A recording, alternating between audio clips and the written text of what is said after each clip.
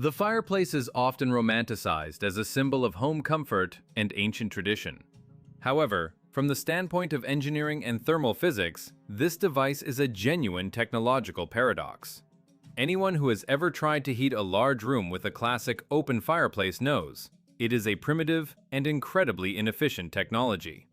A distinct feature of such a design is that it is absolutely not calculated to accumulate heat. The walls of the portal do not heat up deeply enough to release warmth into the room later, as a masonry heater or a Dutch stove does. The main heating occurs exclusively through direct infrared radiation from the flame. While the wood is burning, there is heat. As soon as it burns out, the cold returns instantly. Moreover, convection, which is often cited in reference books, actually works to your detriment here. Instead of evenly distributing warm air, the physics of the process often leads to smoke entering the room, polluting the air and covering the interior with soot. This happens regardless of the quality of the firewood or the precision of the master mason's calculations. To feel any effect at all, a person has to sit right next to the fire, literally roasting on one side while freezing on the other. In a large hall, heating the air this way is practically impossible. It would take hours, and the result would be minimal. Imagine the reality of the 19th century somewhere in Northern Europe or Holland. The winters are harsh, the frosts are severe, and the rooms in palaces and manors have huge volumes and high ceilings. In such conditions, using an open fireplace seems not just strange, but a life-threatening decision. Logic dictates the need for closed stoves with high efficiency, and they did indeed exist. Yet, architects stubbornly continued to erect gigantic fireplace portals. Was this done purely for beauty? Hardly, when survival in the cold is at stake.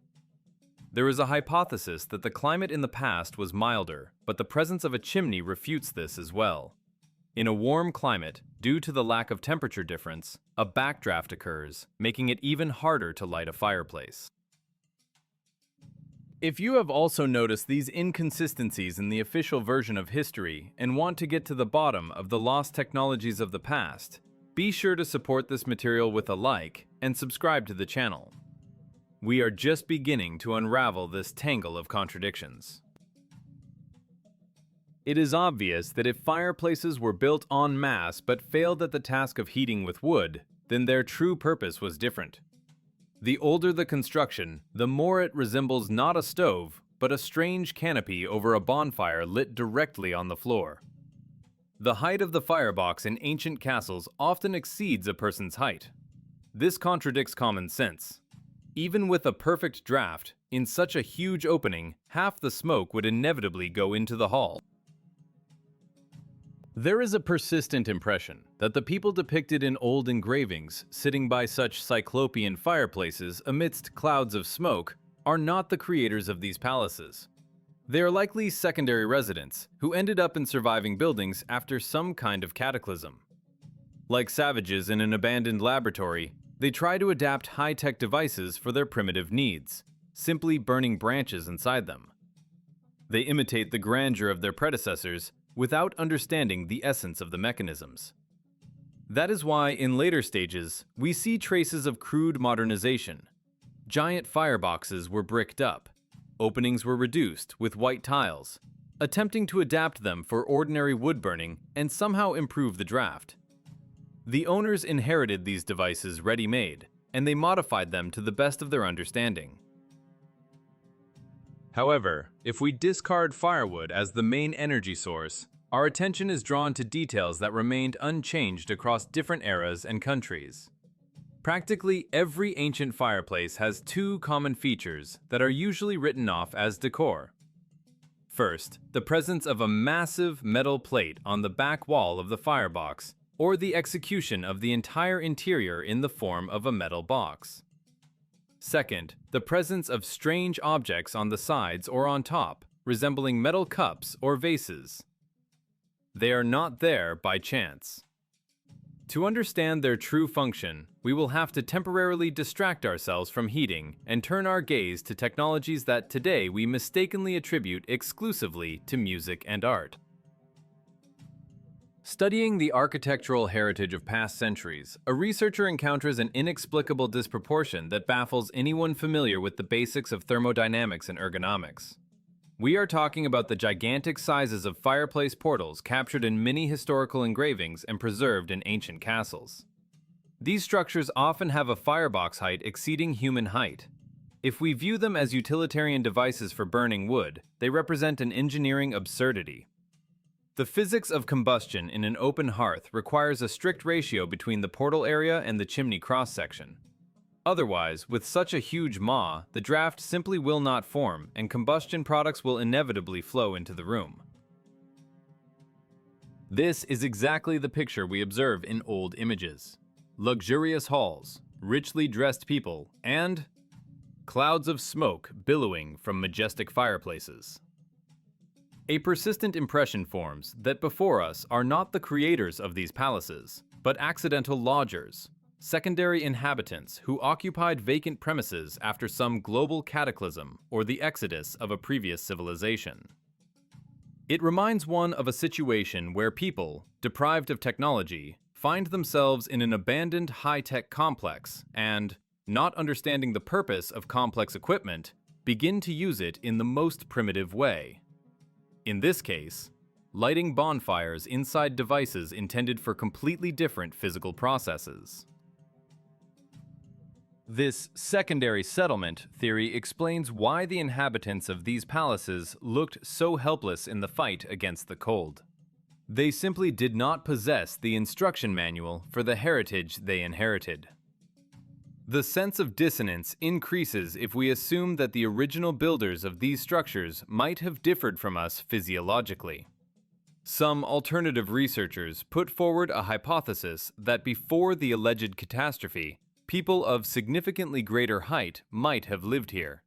The very giants legends are made of.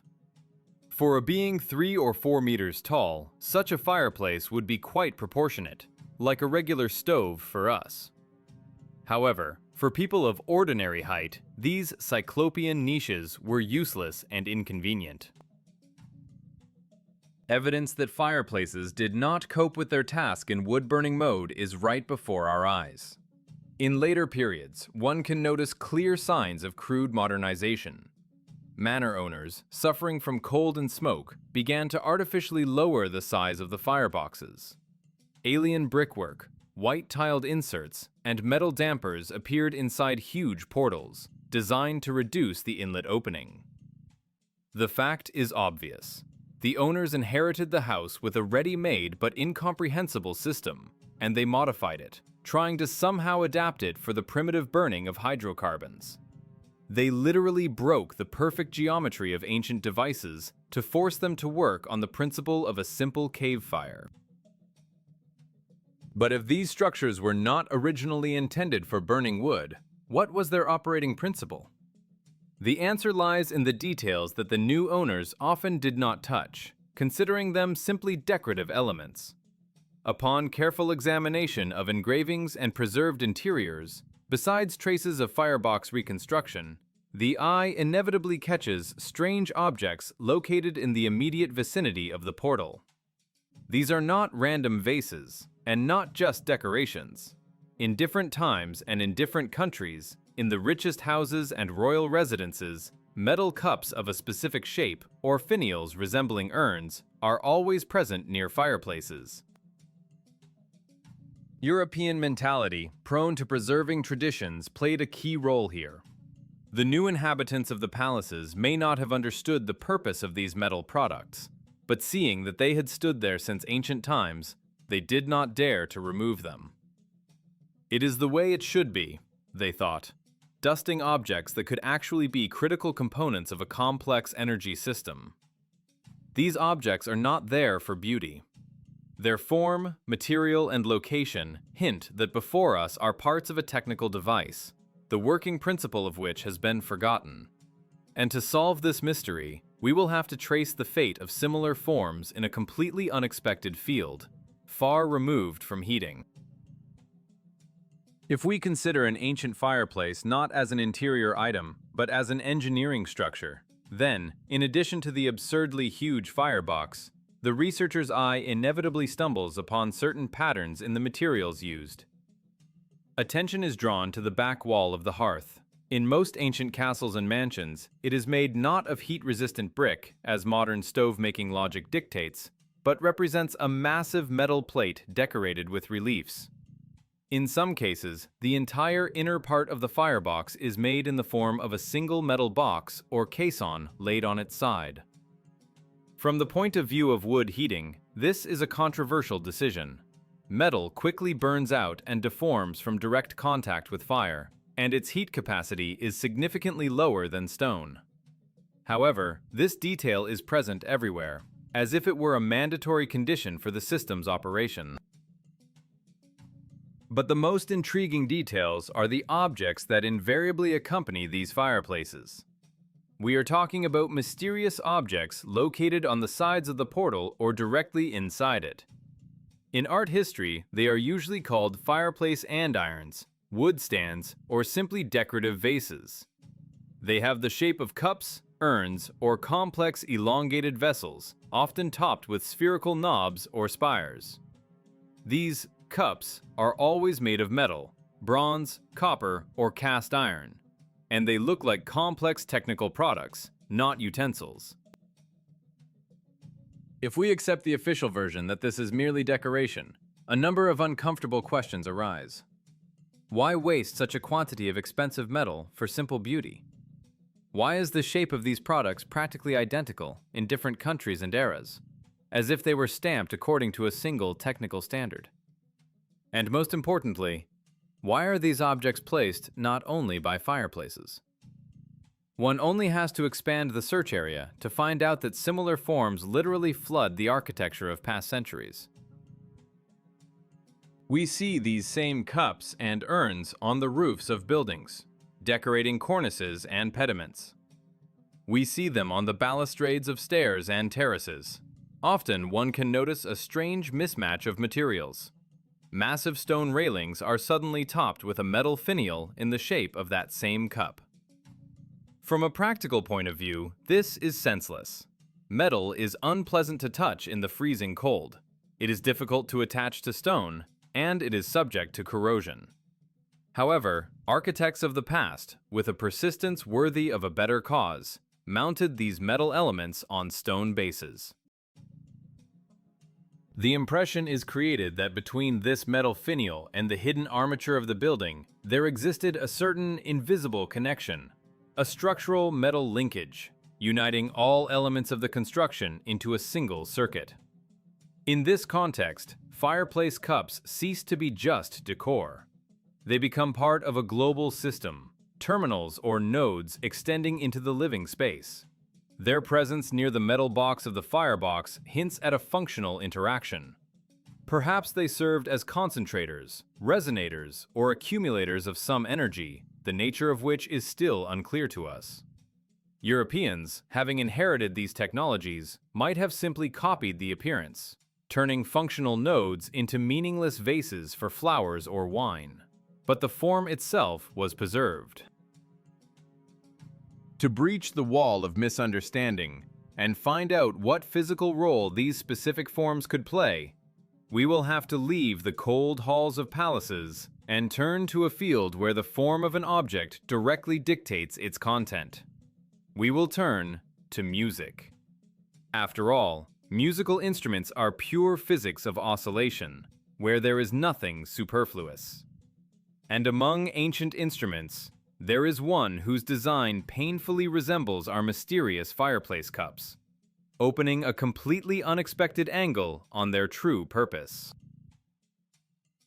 To solve the riddle of the metal finials decorating ancient fireplaces, we need to make an unexpected turn and delve into the study of ancient musical instruments.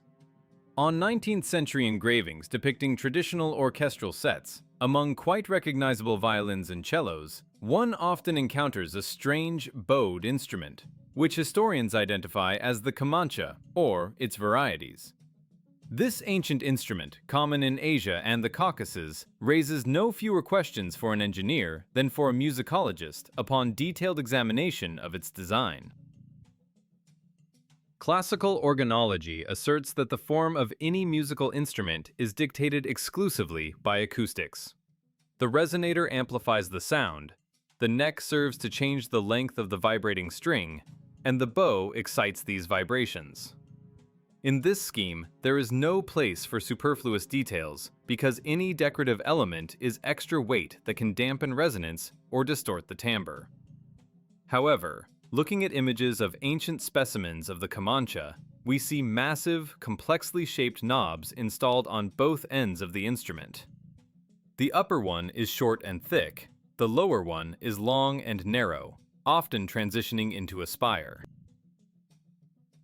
The official version states that the lower spike is necessary to rest the instrument on the floor or the musician's knee, since playing it suspended like a violin is impossible due to its dimensions. This sounds logical, but this logic falls apart when we begin to analyze the upper finial and the manufacturing materials. Why install a massive metal element of complex shape, resembling a cup or a bulb, on the top of the neck? In an acoustic sense, this is nonsense. But if we assume that before us is not just an acoustic resonator, but a complex technical device, everything falls into place. The shape of these knobs resembles to the point of confusion those very vases that stand by fireplaces. If we take into account the hypothesis of the existence of developed technologies for working with atmospheric electricity in the past, the construction of the instrument takes on a completely different meaning. The metal body of the soundboard, which is often depicted with incomprehensible holes looking like a grid, metal strings, and two polar knobs form a closed electrical circuit. In this bold theory, the upper knob could play the role of a receiving antenna or resonator, catching external electromagnetic vibrations of the environment. The lower spire served as a ground or a transmitting loop. The strings, stretched between these two poles, perform the function not only of a sound source, but also of a signal modulator. The musician, touching the strings and changing their tension or length, effectively modulated the frequency of the current flowing through the instrument. Thus, the ancient kamanchcha could be nothing other than a prototype of an electric guitar, or, more likely, a wireless microphone with a built-in transmitter. This assumption overturns our ideas about the history of radio engineering. It turns out that sound amplifiers and broadcast systems were not invented in the 20th century, but existed much earlier, simply working on different physical principles. Technologies of that time did not rely on semiconductor electronics and batteries, but used the natural background of the planet, atmospheric electricity. The instrument itself was part of the energy grid. Acoustic vibrations were converted into electrical ones and, possibly, transmitted over a distance to more powerful resonators installed in the architecture of buildings. The conclusion suggests itself. The designs of absolutely all ancient musical instruments contained nothing superfluous. Every detail had a strict function. And if we see elements on the instrument identical to those standing on roofs and fireplaces, it means their function is unified. The knobs on the neck are miniature copies of global devices. The form of these products is the key to understanding the physics of the process. These are not just decorations. They are the technical standards of a specific era. If miniature cups on a musical instrument are capable of catching and converting signals, then what colossal power must have passed through their enlarged copies scattered throughout the city? We are approaching the solution of what exactly is presented to us today as sports trophies and architectural excesses. It turns out that forms familiar to us hide a forgotten technology of planetary scale. Exploring the strange shape of knobs on musical instruments and fireplace decorations, we inevitably come to the question of the origin of the concepts themselves. Often, language holds information that official history erased from textbook pages long ago. If we turn to linguistics and the basics of word formation in Indo-European languages, we can discover a surprising connection that previously seemed unapparent. Let's recall how the word cup sounds in different languages. In English, it is cup. In French, coupe. The core of the word is a short and concise root denoting a certain hemispherical vessel. Now let's look at architecture. The most noticeable part of any majestic cathedral or ancient government building is the dome. In Italian and English, this word sounds like cupola. The linguistic kinship here is undeniable. Cup and cupola are words of the same root, denoting objects of similar shape and, as we dare to assume, similar purpose. By simple comparison, we arrive at a stunning conclusion. The sports cups familiar to us, vases on railings, and fireplace decorations are nothing other than mini cupolas. Their functional task is identical to the giant domes on roofs, only scaled for local needs. This hypothesis sheds light on many oddities of our daily life. Take, for example, the tradition of awarding cups to winners of sports competitions. The modern interpretation states that this is a legacy of knightly tournaments where the winner was offered wine. But the shape of many ancient cups is such that drinking from them is decidedly impossible. They are too bulky, have sharp edges, or complex lids with spires. However, if we look at this through the prism of lost technologies, the picture changes. It is quite likely that in ancient times the winner in a duel or war received not a vessel for drinking, but a symbolic, or quite real, main element of the vanquished castle's energy system, its finial, its cupola. By depriving the castle of its dome, the winner de-energized the enemy's possessions, taking the source of power for themselves. Later, when the meaning of the technology was lost, this act turned into a cargo cult of handing out shiny vases. Returning to architecture, it becomes clear why these mini cupolas were stuck everywhere possible. From furniture sets to window openings and stair flights. This is not a question of aesthetics, but a question of building a single electrical circuit. Let's consider ancient buildings that are now in a dilapidated state or undergoing restoration. From under the crumbled plaster and cracked stone, what builders call metal reinforcement often peeks out. These are armatures hidden inside walls and ceilings, iron staples and ties that permeate the entire building from the foundation to the roof. Officially, it is considered that this is done for strength, but often this metal network is located where the mechanical load is minimal, yet it is ideally suited for transmitting electrical potential. Mini cupolas on stair railings and balustrades, mounted on stone bases, actually have rigid contact with this hidden metal network.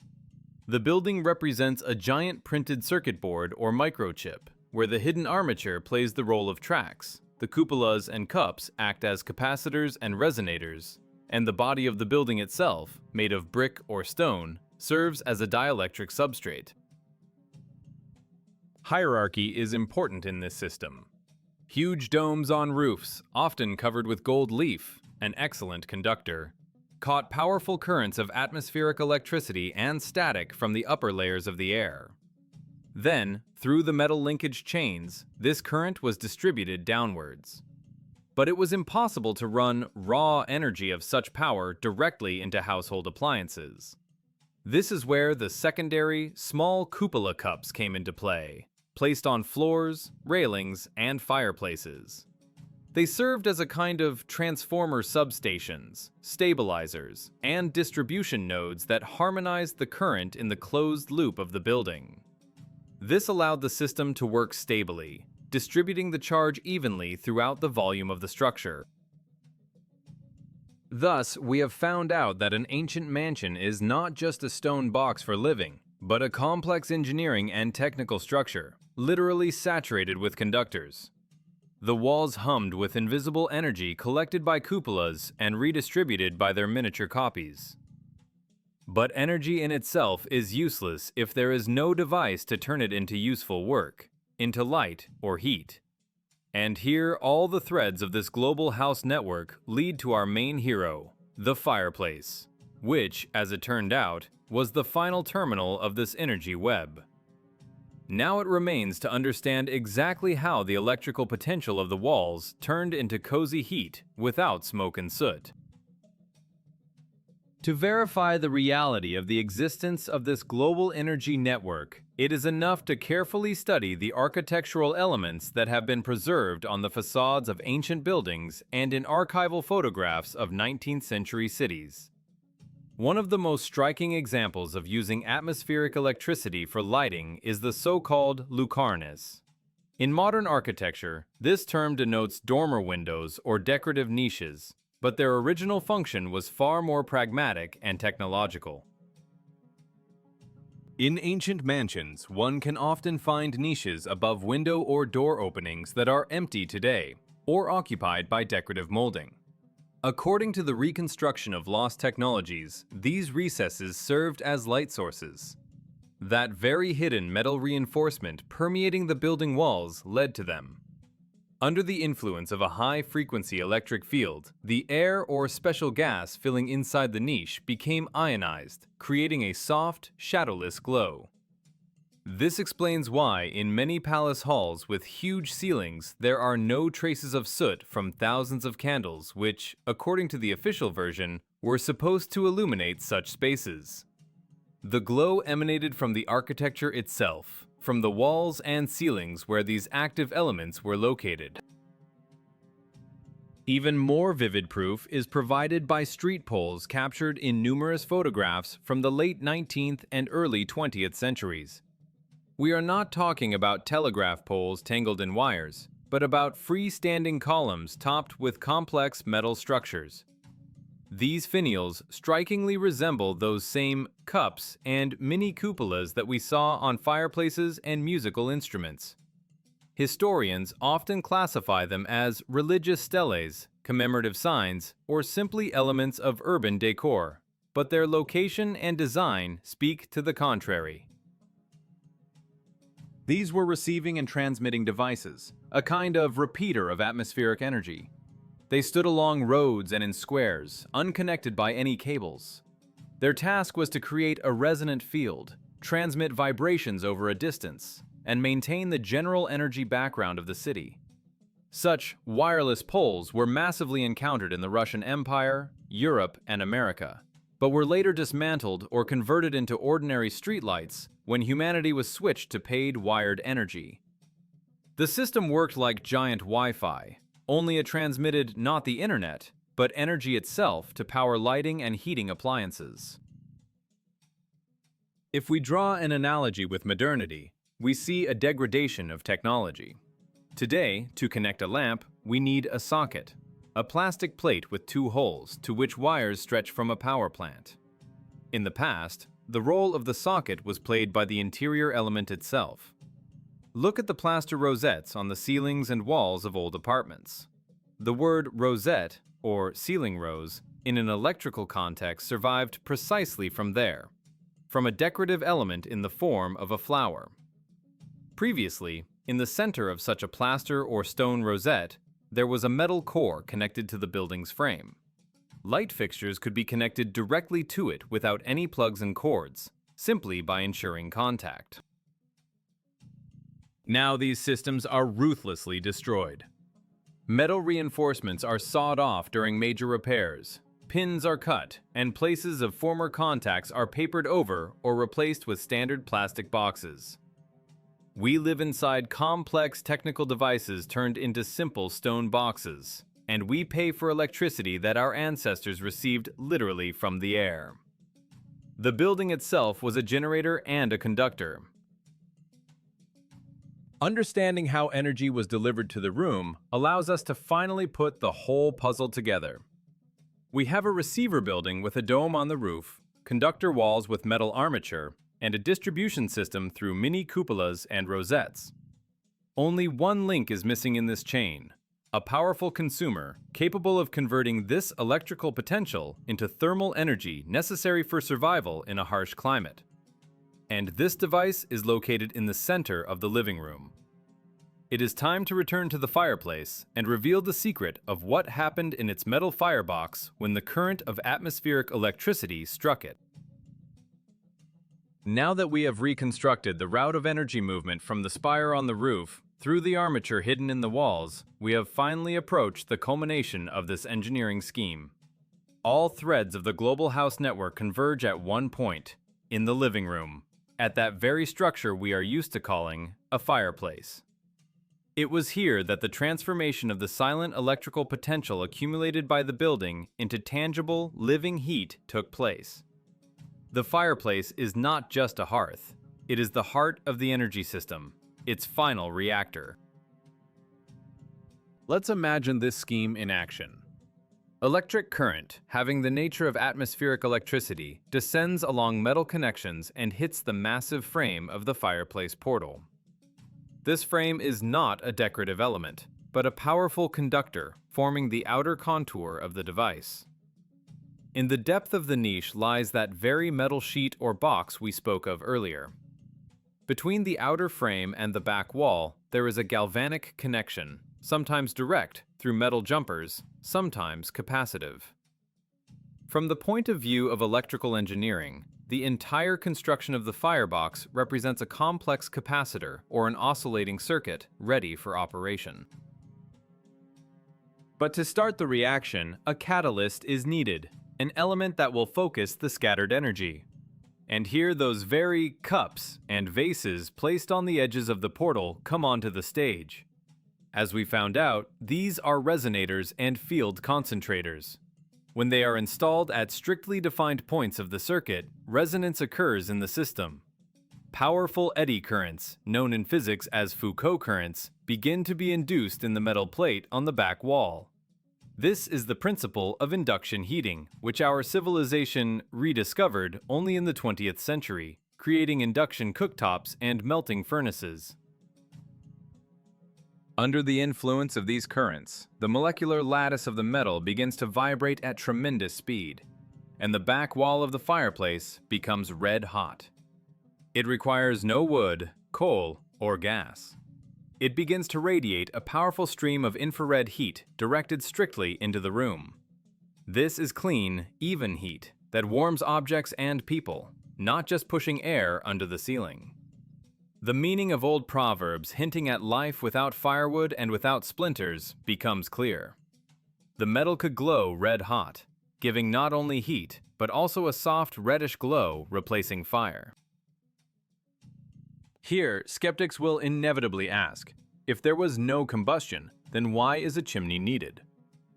After all, every ancient fireplace has a pipe. The answer lies in the chemistry of the process.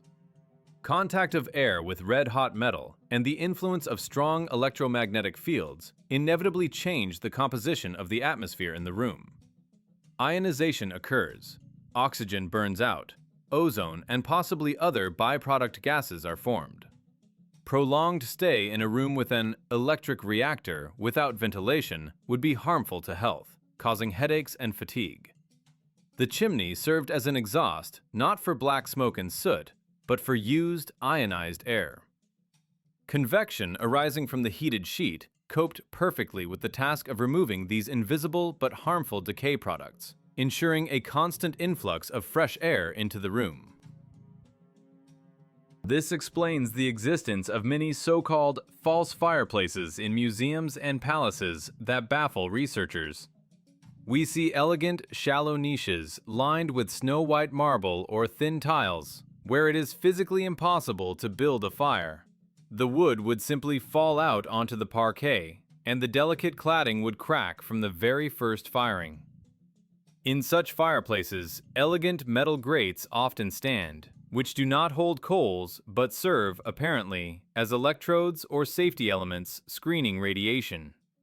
These devices have been preserved as museum exhibits, like the cases of old computers from which the processors have been removed.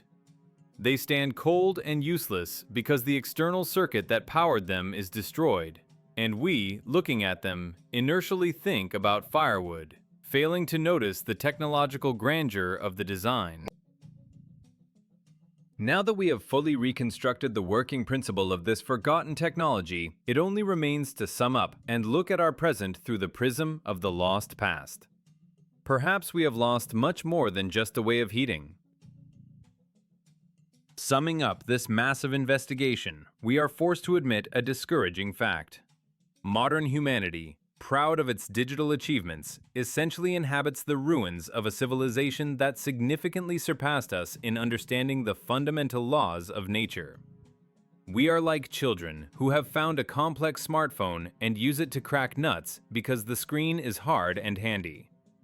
We walk the streets of cities built up with majestic buildings, admire their facades, columns, and spires, call it architectural heritage, but completely fail to understand how this stone chronicle actually worked. The history we are taught draws a linear graph of progress, from cave to skyscraper, from bonfire to nuclear station.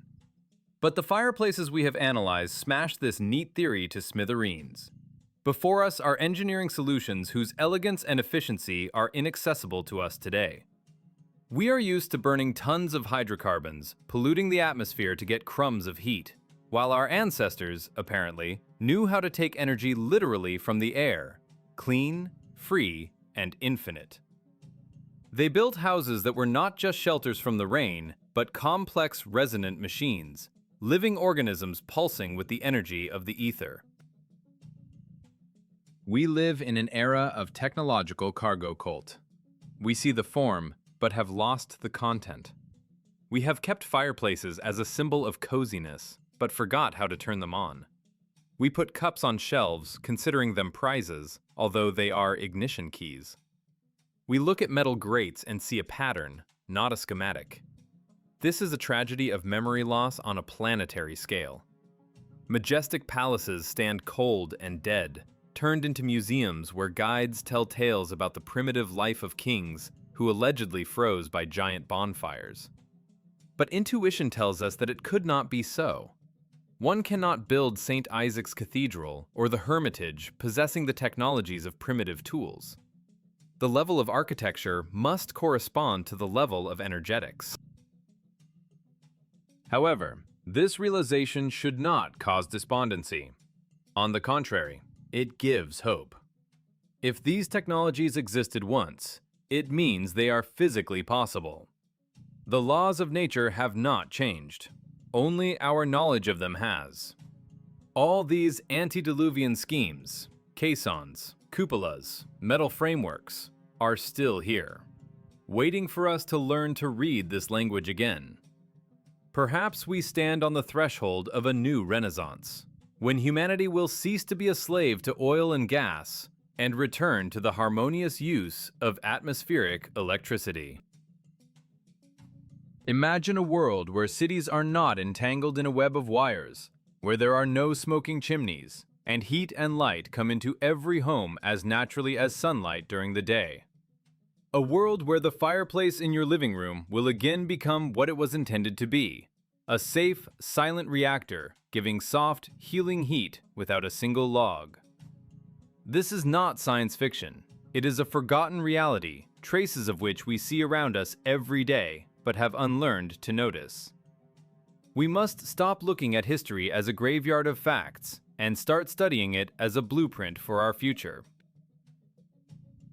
This investigation is merely an attempt to open the door to that amazing world which was taken from us. We are only at the beginning of the journey of rethinking the purpose of familiar things. If you were impressed by this version of history and are ready to look at the surrounding architecture with wide open eyes, be sure to subscribe to the channel so as not to miss the next breakdowns. Share this video with friends. The more of us there are, the faster we will assemble this puzzle. And write in the comments, have you noticed similar strange metal elements, empty niches, or out-of-place vases on ancient buildings in your city? Perhaps your observation will become the key to the next solution. The truth is somewhere nearby. It is literally built into the walls of our homes.